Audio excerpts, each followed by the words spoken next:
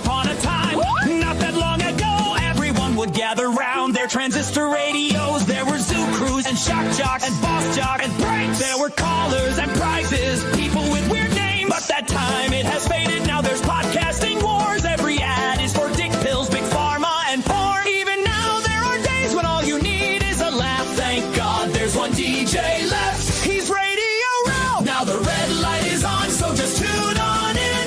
Welcome to the show with Radio Ralph and his friends.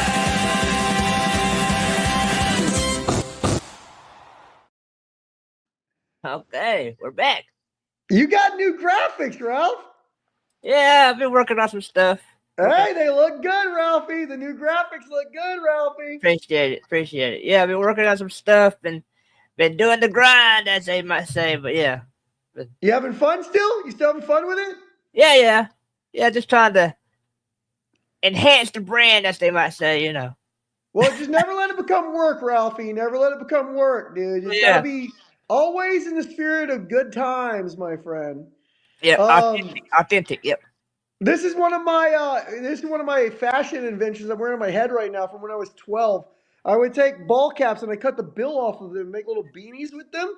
Yeah. When I was 12, I pulled it off better than I think I pulled it off at fucking my 40s, dude. 30 years later, the beanie hat, I don't know how I feel about it, but we're doing it in honor of, sometimes you do things in honor of your younger self, you know? Yeah, you gotta kind of keep that younger spirit alive, because if not... Well, every now and then I like to finish projects for my younger self. When I was 12, I had an invention. It was one of by the way, most inventions I had turned out were already invented. This one I don't think's ever been done. Don't know why this hasn't happened yet. Do you know there's hamburger pizza, Ralph? Yeah, I've heard that's a thing. Yeah. Okay, my invention, hot dog pizza, Ralph. That was my invention, hot dog pizza. And I couldn't quite figure out, maybe you take chili and that's the sauce, and then you cheese it up, and then you throw, on top of that, you throw like little cut diced hot dogs up on top of that, and maybe either some onion or some, maybe some ketchup, some mustard, maybe a bunch of fucking relish. I don't know, dude. We're thinking it. We're thinking here. I think there's something to hot dog pizza, dude. And one day I'm gonna make it in honor of my 6-year-old self that invented hot dog. That was a 6-year-old invention I had. Did you ever have any inventions in your life, Rob? You ever invent anything? No, I don't think I was that creative. You've never invented anything? What about this? Let me try this. Let me tell you an improvement I came up with when I was a kid. Because I used to create, I would sketch roller coasters, Ralph. I'd sketch roller coasters, right? And I had this idea for one. And later on, I wrote about it in a bedtime story. Occasionally, I'll write bedtime stories on my Substack. And I wrote it on one of my bedtime. It was in one of my bedtime stories. And the idea, and that's where I gave it life. I gave this idea a life 30 years later, 40 years later. And the idea was you have a roller coaster that when you go down, like you go down real fast, right, Ralph? You go tick, tick, tick, tick, tick, tick, tick, tick, tick. And then you go way down. And then when you're going down, here was the idea, Ralph.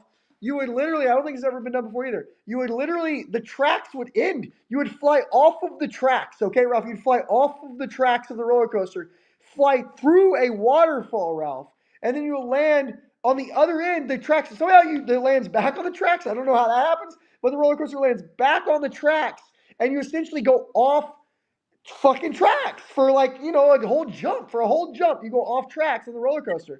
I wrote about it later in and I called it Jalapeno Island. Was the name of that theme park where that Jalapeno Island in my vision had the roller coaster ride, but it never happened. I never actually did it. Go figure, Ralph. I've never succeeded in inventing a roller coaster that flew off the tracks and lands back on the tracks. But somewhere, that idea still burns inside of me, Ralph. So have you ever had an improvement? Have you ever done something where you thought this would improve something? I don't know. Maybe the wildest thing probably I ever did was like, as a kid, I did Cheetos and ketchup. That was about the wildest thing probably. Cheetos and ketchup? And when was the last time, Ralph, that you did Cheetos and ketchup? When was the last time we've had Cheetos and ketchup? Oh, It might have been a few months ago. I had to. Hey, you still like that shit, Robbie? Yeah. Well, I had a little like throat issue for a while, so I couldn't do like hot sauce for a little bit. So I was going back to the ketchup for a little Wait, bit. do you do Cheetos with hot sauce usually? Uh I've never even thought of Cheetos as a dipping chip. For me, they're a snacking chip, not a dipping chip. You dip yeah, your Cheetos. yeah. Especially as a kid, I would do it in ketchup, and then like you go to a restaurant or something, and like I By the way, I feel like I'm being haunted by my. Is that disco ball making it looks like there's a ghost behind me? Let me sit down for. Let me sit over here. I kept thinking there was a ghost behind me. Do you believe? By the way, Ralphie, do you believe in ghosts? Do you ever believe in ghosts? yeah, I believe. Have Yeah, you ever had a ghost experience, Ralphie? yeah. I mean, there's been some experiences that What? are not explained. Yeah, You've experienced unexplained phenomena yeah, yeah. that could quite only be explained through the other world, so to say? Yeah, one time we were like, where were we at? We were like going from between Lubbock and Amarillo. We're going back to Amarillo, Yeah. and we're visiting and stuff. We're going back and telling a story about a relative that it was named I think Richie. I think his name was Richie, Okay, Richie. Yeah. and talking about how he yeah, I believe it ended up that way. Well, it ended up that way, or he came close to doing that. I'm not sure which one, but we were talking about him, right? All of a sudden, and then like how the car has the little light above the thing where you open the door or whatever. Yeah. Like all of a sudden, like the light came on and nobody touched anything or did anything. Wow, dude. And he was dead at this time? He was no longer with us at Yeah, this yeah, time? he was gone. Yeah. This is probably he's been gone probably 30 years, Wow. And and did this you is probably now yeah. not only was that weird, but did you feel a presence when that happened, you think? Oh yeah, yeah. It felt like he was there, like he knew we were talking about him or something. One of the biggest fights me and Cyril got into, and if you ever actually successfully get the archives I want to give you, you can put it on this show. But one of Yeah, the biggest fights I've ever had with Cyril is he believed the Ouija board was just a fucking child's toy, okay? Just a child's toy. And then we broke it out one night, and it legitimately started working. He was touching it. I was touching it. I know how to fucking do one. I've done one many a time. And the first time I did it, literally the first time you do it, you go, holy shit, this works, dude. I'm telling you, anybody fuck around with a Ouija board for real? Not just shooting the shit, not just trying to be an asshole, but legitimately trying to make it work. It works. And it's not like how you think. It's not like, oh, somebody must be adjusting it or some subconscious. Dude, it spells shit out fast. Faster than you can keep up with sometimes. It's like boom, boom, boom, boom. And you almost have to have somebody there writing it down. You're like A, B, C, D, E, F. And you got to go so fast. And then also the weird thing is it doesn't always work instantly. Because you got to sometimes let it warm up. You got to sometimes like spin it around. Everybody spins in a circle. You spin it in a circle. Ralph, have you done a Ouija board, Ralphie? You're nodding your head. Have you done a Ouija board? I have not, but I've heard stories, It and I works. mean, I would imagine it's almost like a Jumanji situation. Sounds similar. Dude, I swear to God, I did it in Kansas with my sisters and my wife at the time. And none of us really believed it. It was like a joke. It was like a big fugazi. It was like, oh, and we lit candles and we were trying to make a whole thing of it, right? Next thing you know, for like the next 45 minutes, we're talking to a girl who lives in the closet downstairs, bro. Like a girl died in the house, lives in the closet downstairs, Wow. dude. And it fucking was freaky, dude. And not only that, none of us expected it to actually work. And that's the thing. And when you have four people, and this is the thing, people think like everybody puts their hand on it. No, everybody puts like one finger on it, and then you spin it in circles, and then you kind of keep spinning it until it takes off. And then at some point you'll be sitting there spinning, you'll go, "This is dumb. This isn't working. This is a fugazi. This is bullshit." Next thing you know, A B C D E F, and you're like, "What the fuck is going on, dude?" It's spelling shit out, dude. And you'll Yeah. ask it questions, and it'll go to yes or no.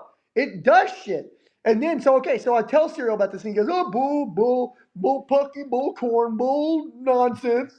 And then we do it, and then it does that, and he started accusing me of rigging it. He started accusing me of rigging it. I told him, this isn't me rigging it, bro. I'm not that smart, bro. I'm not that smart. This really happened. And he denied, and I've never seen this before. A man denying a paranormal experience in front of his own eyes. Seeing it with his own eyes, a part of to this day, you ask him, he denies that that was a paranormal experience. And yet, right in front of him, God is my witness. Praise be to Allah. All of that good stuff. Lord Rael, we worship you. And what I'm saying is that this happens. Sure as shit, that started happening.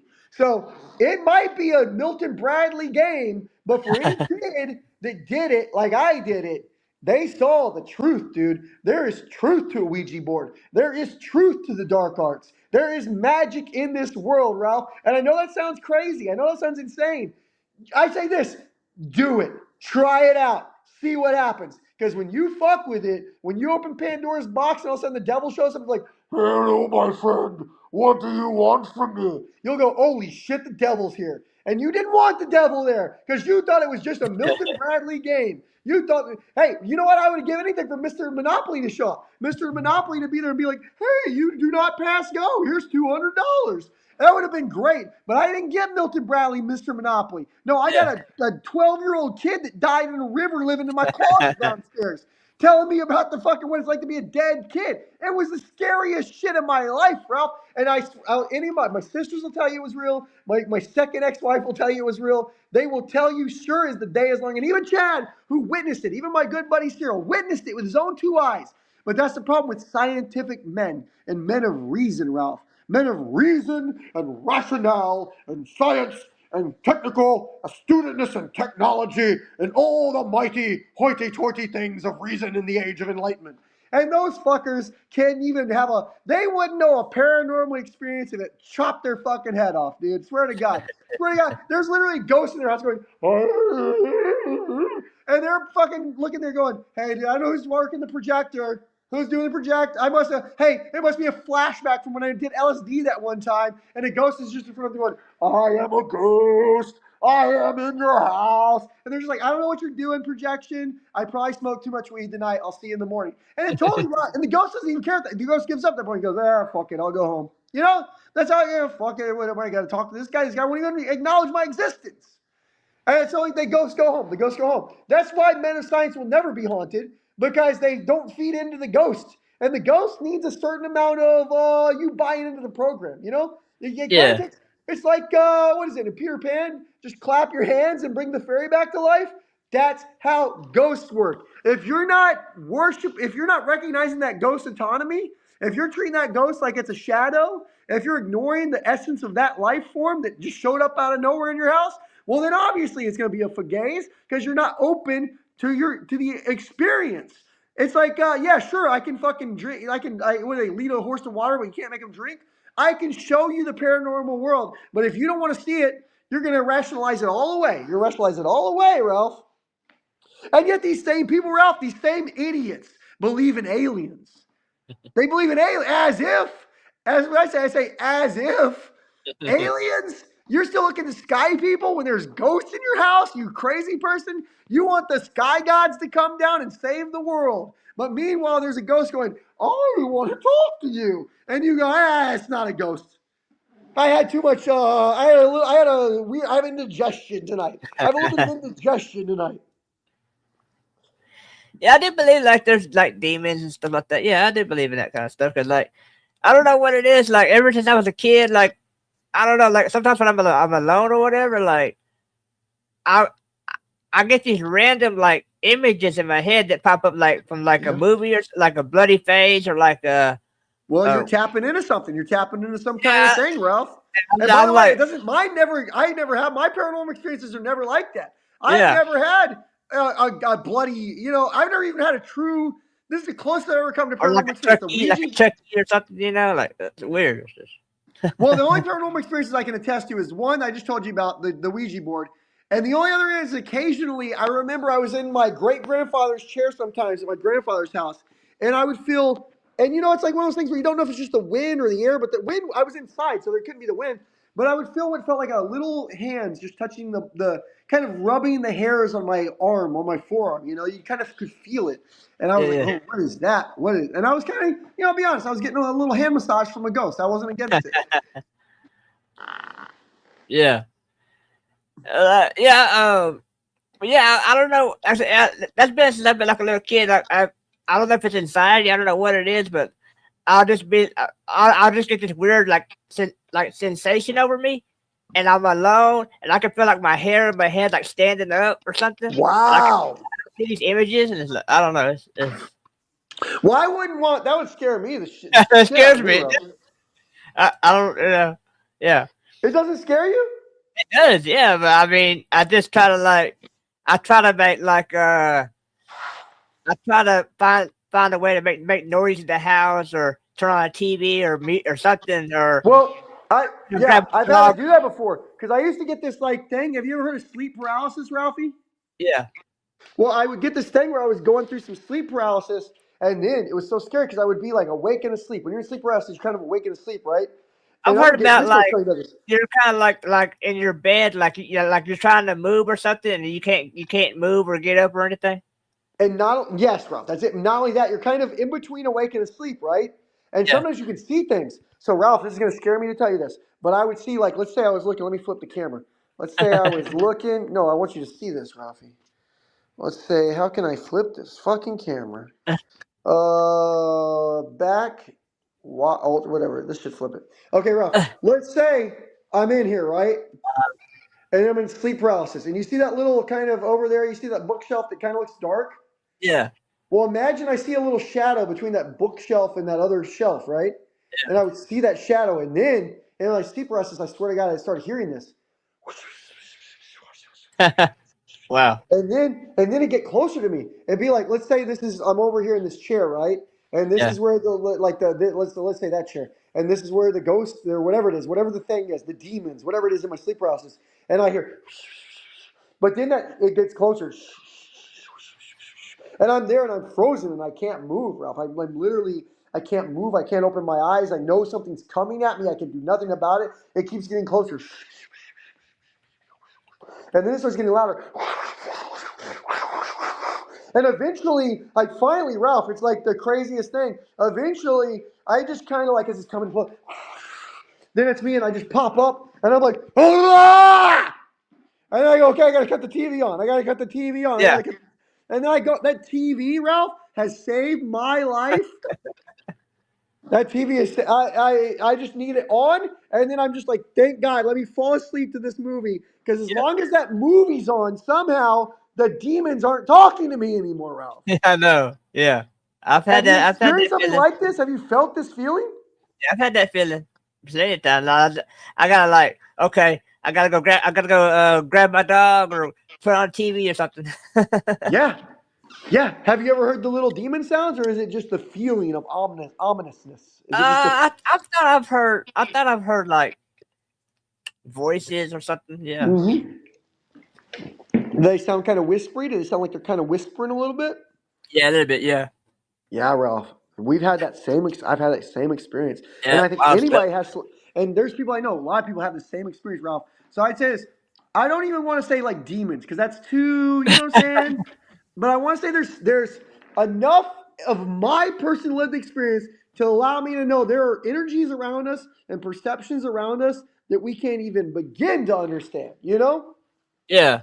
I've heard people say like, oh, if you watch a scary movie, it can come through the TV or something. I've heard people say that kind of stuff, but I don't believe that, but that's what I've heard. Ralph, let's call it nonsense when we hear it. Okay, let's call shenanigans when we hear shenanigans.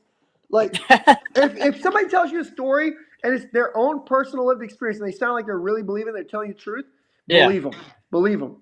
But if it comes across like them telling somebody else's story, we're just playing a good old one-upsmanship game here. We're doing a little one-upping here. Well, going back to that, about 20 years ago, my grandma passed away. And we had everybody like a big family gathering at the house, at her house. Yeah. And again, we're talking about them, and the lights they go dim, and then they go up, and they go dim, and they go up. It's like the dead know you're talking about them. It's like that's wild. That's wild. Every time you've experienced stuff like that, they've literally kind of shown themselves to you. Yeah. I think it even happened with my mom. Like one time we were talking about her, and And the same thing happened with the lights or whatever. Yeah. Wow, dude. I mean, it's just this stuff you can't like really can't really explain it, but you just know it's something. It's Well, something. and I think that's the thing that man, the being of man needs to recognize is there's still okay, so here's a great one. Ralph, do you know, okay, there's 8.5 billion humans roughly, right? Guess how many dogs there are? If you study the wildlife population, guess how many dogs there are? I would say double. Less 1 billion dogs. 1 billion Okay. dogs. And Okay. even stranger, 70% of those dogs, 70% of the 1 billion are free range. You know what I'm saying? They're not Yeah. even, they're domesticated, but they're wandering the streets of Afghanistan right now. You know what I'm saying? Yeah. 70% of the dogs are free range dogs.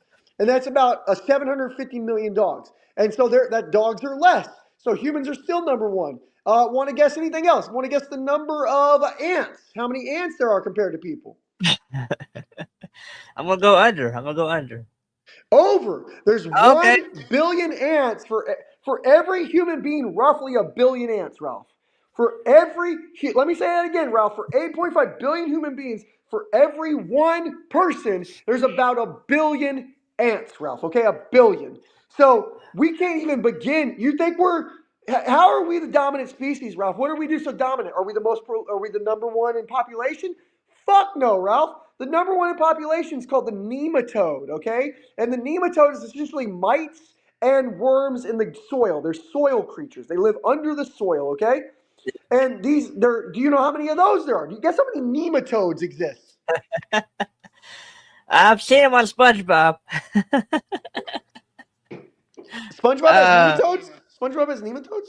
I believe so. I believe they have an episode where they go in there and they eat it like they eat everything or whatever. Yeah. Well, these nematodes are something. They're abundant and they're all over the place. And yet, do you want to guess how many nematodes exist on this planet as best we can figure? Ah, more than human. 440 quintillion, Ralph. That's wild. Quintillion. Now, Ralph, you said it's wild. Can I ask you? Because I don't know what that number means. I know that I sounds know like it's a more than us. I think. 440 quintillion is a number so big that I just hear it and go, that's a big fuck number. You know what I'm saying? Like, I don't even need to. When I hear quintillion, I've never heard that word until a few days ago. Never. When I heard Yeah. quintillion, I went, big fuck number. Big. That's big, big, big is what that means to me. It's beyond a trillion, obviously. It's bigger than a trillion. And that's the mites in the soil are that abundant. Now, do we have anything on that, Ralph? Do we have anything on 440 quintillion? I don't No, think so. not even close. No. The only thing we're good at is terrestrial land fucking up the terrestrial land. We're good at Yeah. that. And honestly, guess how much percentage of the open land is cities? Guess how much is cities?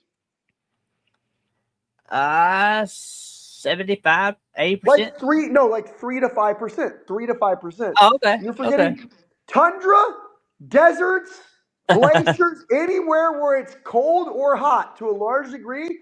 Nobody lives there, Ralph. Yeah. The only owned land where you can remember in Oklahoma, people came to the West and they just put a flag on a piece of land. They were like, "This is my land now," right? Yeah. And by the way, that really wasn't their land either. They were just taking it from Indians, but forget that. We'll forget that. The point is, that's how it worked. You would claim land. The only unclaimed land on earth right now, there is unclaimed land. There's one patch of it, one patch of unclaimed land, and it's in the middle of the fucking Sahara Desert, Ralph.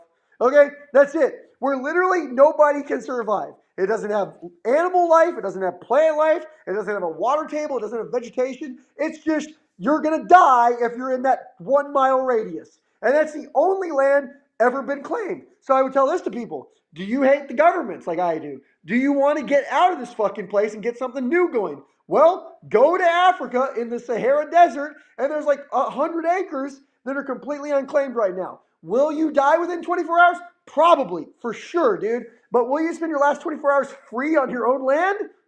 I mean, you could call that a country. That's your country now. You could die as the leader of your own country if you just went and put a flag out there, dude.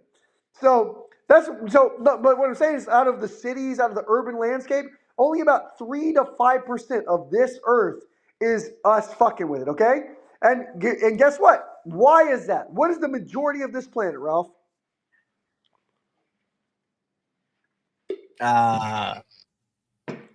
Jordan planet. If you took Animals. what's the highest, most abundant thing all around us on this planet? What makes this planet a planet, kind of? Well, you gotta have oxygen. You gotta have your good stuff. Yeah. Well, if you take 2 hydrogen atoms and 1 oxygen atom, what do you get? You get like gas. H2O. You get H2O. What is H2O, Ralph? Hydration. Yeah. Water. Water, boy, water. This planet is 71% water. So we are only 29%. The things if we're number one anything is fucking up the land, that's only 29% of Earth. So we're not even that big, okay? Yeah. Now, do you know how much of the ocean we have explored, Ralph? Do you know how much of the ocean okay, here's a better way to put it. Purell is how effective is Purell? If you were to say effective as this, would you say 99.99999999999% effective? I would go like 50-50. Okay, well, you don't trust Purell. Okay, that's fine. I didn't know that. Let's say birth control. Let's say birth control is 99.9999999% effective. Like, the point I'm making is that we don't even know. Here's what we know about that percent. We only know out of if let's say a Purell is 99.99%, well, that 0.00001%, that's how much of the ocean we've explored. Okay? That's how much of the ocean we know about. So why are we going to fucking space thinking we're going to colonize Mars for these billionaires to pull up the ladder and leave us all dead? Nobody wants. If we get to Mars and colonize it, guess what, bitches? You're not going. You're not even invited. Elon and Mark and Bezos and Katy Perry and Gail King, they're going to take that weird spaceship all those ladies take up to the, not really space, let's be honest, to the top of the atmosphere. They're going to take those people and they're going to go to Mars and they're going to tell us all, good luck with Earth, bitches. We burned it down for you. That's what's going to happen. So I don't support going to Mars. I don't support exploring space. I will admit, after our conversation with that Australian guy, I will say now, I do believe we landed on the moon, wholeheartedly. I believe we landed on the moon. I have no problem saying that. If you disagree with that, I kind of think you haven't done your homework. But also, you probably believe in flat Earth too. So what, am I going to change your mind on anything? No, you're a dummy. I can't change your mind on anything. So the thing is why are we still exploring space like a bunch of crazy people when right here on our own planet, 70% of the planet, we don't even know anything about it, Ralph? Yeah. I mean, that's nutty. Isn't that nutty? Isn't that weird? Definitely. Like we're trying to almost in a way we're trying to predict things that we don't know nothing about. Well, that's human. The human mind is a prediction machine. Okay, the human mind is always about predicting. Even now, I don't know if we had this conversation, Ralph. When people talk about the present moment, let's try this as an experiment. Okay, Ralph? Okay. Focus on something. I want you to focus on the present moment and try to hold the moment. See how long the moment feels. Where you're still think present. I'm going to be present. I'm going to be in the moment. I'm going to feel what it feels like to be right now present. Try to hold on to it and tell me how long that lasts to be present, without going forward or backwards, feeling like you're just moving in the future or feeling like you're falling into the past. How long can you just be in this moment present? Let's try it out. You tell me. Let's think about it right now. I'm going to count down from 3, then let's just be in the present and think about how long it lasts. Ready? 3, 2, 1, be in the present moment. I'm in it. Okay. Try to hold on to it. Try to hold on to it. Tell me how long you can hold on to it. Yeah, I probably got 30 seconds.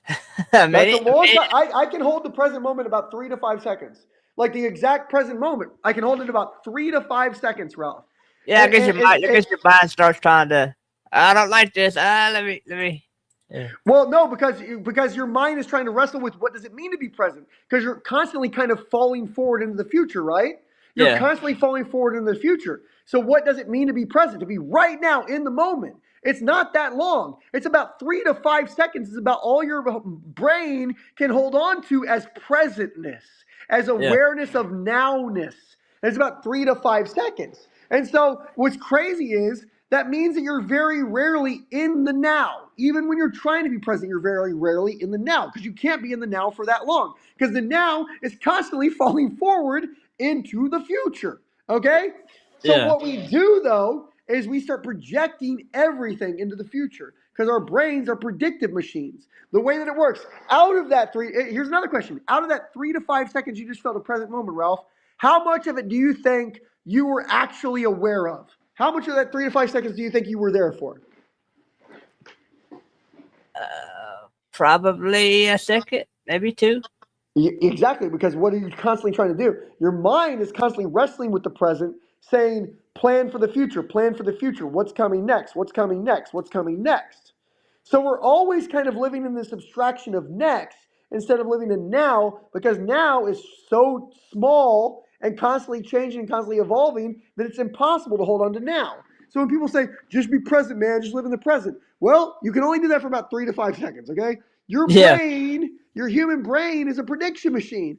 It wants to know what are the dangers? What do I need to look out for? What's coming next? It's part of your hippocampus. When you wake up in the morning, your hippocampus is essentially a little secretary that goes to your frontal neocortex or whatever, your frontal cortex, and goes, here are the important things, boss. Here are the important things today, boss. And what's interesting is the more you associate yourself in the present moment, like let's do this, let's flip the camera again. I want to illustrate this as best I can. So here you go. That's the little 4-string thing right there, right? Yeah. Okay, and you see I've got the karaoke machine next to it because after this podcast, I'm probably going to dance, listen to music. Yeah. Or I might just go to bed. The point is everything changes when you start realizing that even the existence of that, because I've seen it so many times, because I've been in the moment so many times, that Yeah. your brain starts out of the 3 to 5 seconds you're fully present. Guess what percentage of your mind is engaged in that activity? Like less than half, probably. Yeah, because it's what you're usually brain It's is like doing. it's scanning around or whatever. Yeah.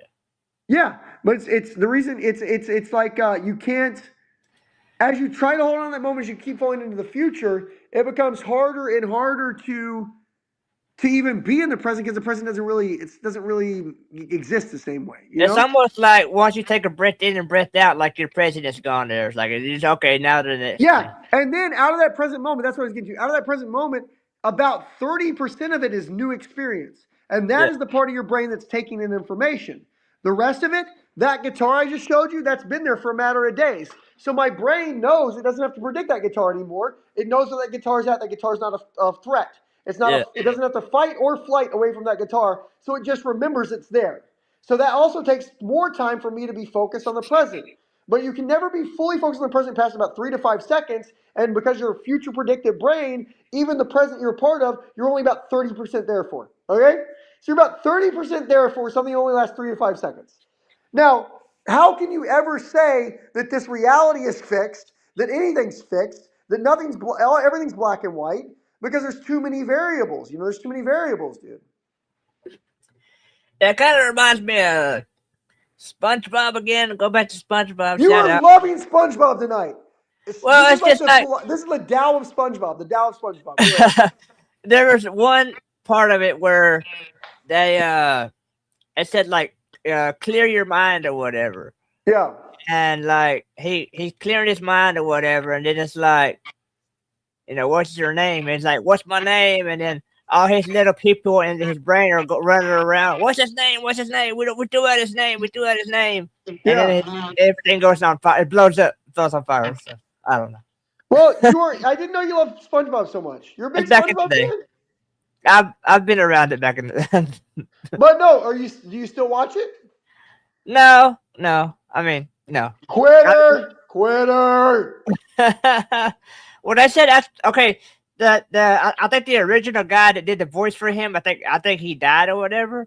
No, I think he's still alive. His name's Tom Kenny. Yeah. He used to be on Mr. Show. Yeah. If you remember Mr. Show from HBO. And another guy that was on Mr. Show was a guy named Jay Johnston. Okay. Yeah. Tom Kenny later on goes to become the voice of SpongeBob, has a hugely successful voice acting career. Yeah. Jay Johnston ends up at the January 6th riots, arrested, trying to kill the president, or the vice president. So they both were on the same TV show, went very different directions, my friend. Very different directions. I remember people complaining about like the original SpongeBob, and like his laugh was too annoying or something, and it was like you know how you have like the where people get freaked out over lights and stuff. Oh, where they can like have seizures and shit or whatever. Yeah. They were saying his laugh was causing that or something, and now His they say laugh is like causing seizures? yeah, the SpongeBob laugh, yeah. Well, fuck that. That's gay, dude. That's But lame. now they said that they toned it down, and then they're still making them, but like it's nowhere Ralph, near we need what to it was. triple the fart noises on your intro, dude. I'm hearing that. I'm like, let's go. Let's try to get people a seizure just from fart noises alone, dude. You know, let's see if we can. Wild claims, you know, yeah. Yeah, So. wild claims. You're right. All right, Yeah, Ralphie. I hate to cut it short, dude. I'm feeling tired now out of the blue, dude. When you that- walk, dude, I walk 10 miles a day now. Something yeah, about walking in this heat, bro. Woo! man. Walking in this heat, dude. I'll tell you the weird thing. Have I showed you my patio garden? Yeah. I've seen. Have I done it on the show? I don't believe so. No. Okay, let me do it on the show because I want to show you something cool. As hot as it is, it's interesting to see how plants react to this. Okay, Yeah. so look at my ivy. The ivy is thriving, bro. Look Uh, at it. It's even standing tall. Look at how it like stands up and it yeah. stretches out and everything. Yeah. So the ivy is really thriving. But then you come over here, and this is my okra was making right here, right? That was my okra making. Yeah. But now, here's the interesting thing. This is still very alive. It's firm. It's not dying. It's very there still. But the Yeah. way it chose to survive was it shed all its leaves and all its fruit, right? So Yeah. it's just right now, this whole plant is said, to stay alive, I'm just going to be sprigged for the moment, right? Meanwhile, you come over here, look at my basil. Look at this thing thriving. Look at that. That's all basil, dude. Oh And yeah. it's flowering up top. See, it's flowering And up it's all. top. And then I like to come here and I'll pick a couple of these. I'll eat a little bit right now. And you pick a couple of these leaves and you put it right into your food. Right in your food. You tear it up. Because when you tear it up, that's when you get the smell and you get the flavor, right? Yeah. So you tear the leaves up and you get oh, that's really fucking strong. I've never eaten oh, hold on. I've never eaten a basil just like that. Okay, that is so strong. And then you come here, and that's my little banana pepper. But it's still got leaves. So the okra gave up the leaves, and it's still alive. The Yeah. basil's kicking ass, and the banana pepper plant is just still like alive, you know? Meanwhile, this ivy over here, who would have thought, right? You got to respect how tough that ivy is, dude. It's out every day, 104-degree heat, right? And I'm not like the greatest like plant dad, dude. So it's like 104-degree heat, but also kind of like only eating like every other day, kind of, you know what I'm saying? Yeah. So it's still kicking ass. Yeah. And I was thinking about that. I encountered and I've been counting wildlife on my walks in the morning. Yeah. And dude, I know I talk about, well, a lot of people hear me talk about this animal a lot, but I love the squirrel. I love and Oh respect yeah. the squirrel because of its resilience. Like, they drove out the raccoons from the cities. They drove out the coyotes. The mighty coyote got driven out of the city. They drove out the bobcats. They drove out the jaguars and the cougars. I don't think we had jaguars, but they drove out all the wildlife, except for what, Ralph? The goddamn squirrel. And it's still going. It's still going, dude. It's kicking ass. It's taking names. It's so tough. It's so strong. And we dismiss it. We go, oh, look at the stupid squirrel. That squirrel is stronger than you would ever be in your whole life. Your whole life, you could never be as strong as that squirrel. Because that Yeah. squirrel is a little bitty nothing. And it goes out into a big, giant world. Because if you're as small as that squirrel, you're a little bitty nothing. I've been, Yeah. it's like hard to fathom being that small. And yet it's punching above its weight, dude. It's punching above its weight every day. Mickey Mouse is slaying, bro. Survivor tactics or survival Yeah, tactics. you gotta have survival tactics. Yeah. But Yeah. I can feel I'm getting tired, Ralph. I'm about to fall asleep. I gotta go to All bed. right, man. Well, we may have some I don't know, witchcraft talk in the future. I don't know. Oh yes, hey, Sunday morning we're doing an interview. Who knows when it'll be posted to the YouTube? I think we'll do it. Are we gonna do it live? I believe so. Yeah, I Hell believe. yeah, dude. Sunday morning, bright and early, guys. Come join us. We're like, yeah. And we may have some. I'm hopeful we'll have some snake talk too. Oh. And I got to talk to him about these snake revival Let's do it. Let's do it. All right, man. We'll take it easy. Have a good night. Sorry I got tired of you, Ralph. No worries. No worries. We're Take good. care, buddy. Later on. Bye. Bye. All right. Now to wrap up this Radio Ralph and Friends, follow along on the social medias, Facebook, Instagram, Twitter, and YouTube at On Air Ralph. Subscribe to Ralph Groot Media. Follow along everywhere, like and subscribe at On Air Ralph. And like JC was saying, join us bright and early Sunday morning. We'll have an episode. Looking forward to that. And until next time, I am Radio Ralph for JC, signing off.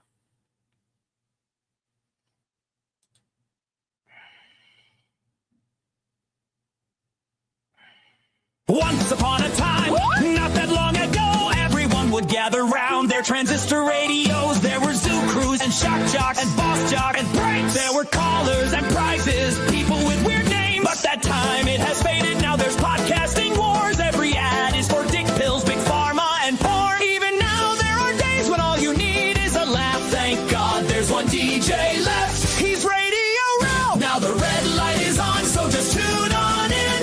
Welcome to the show with Radio Ralph and his friends.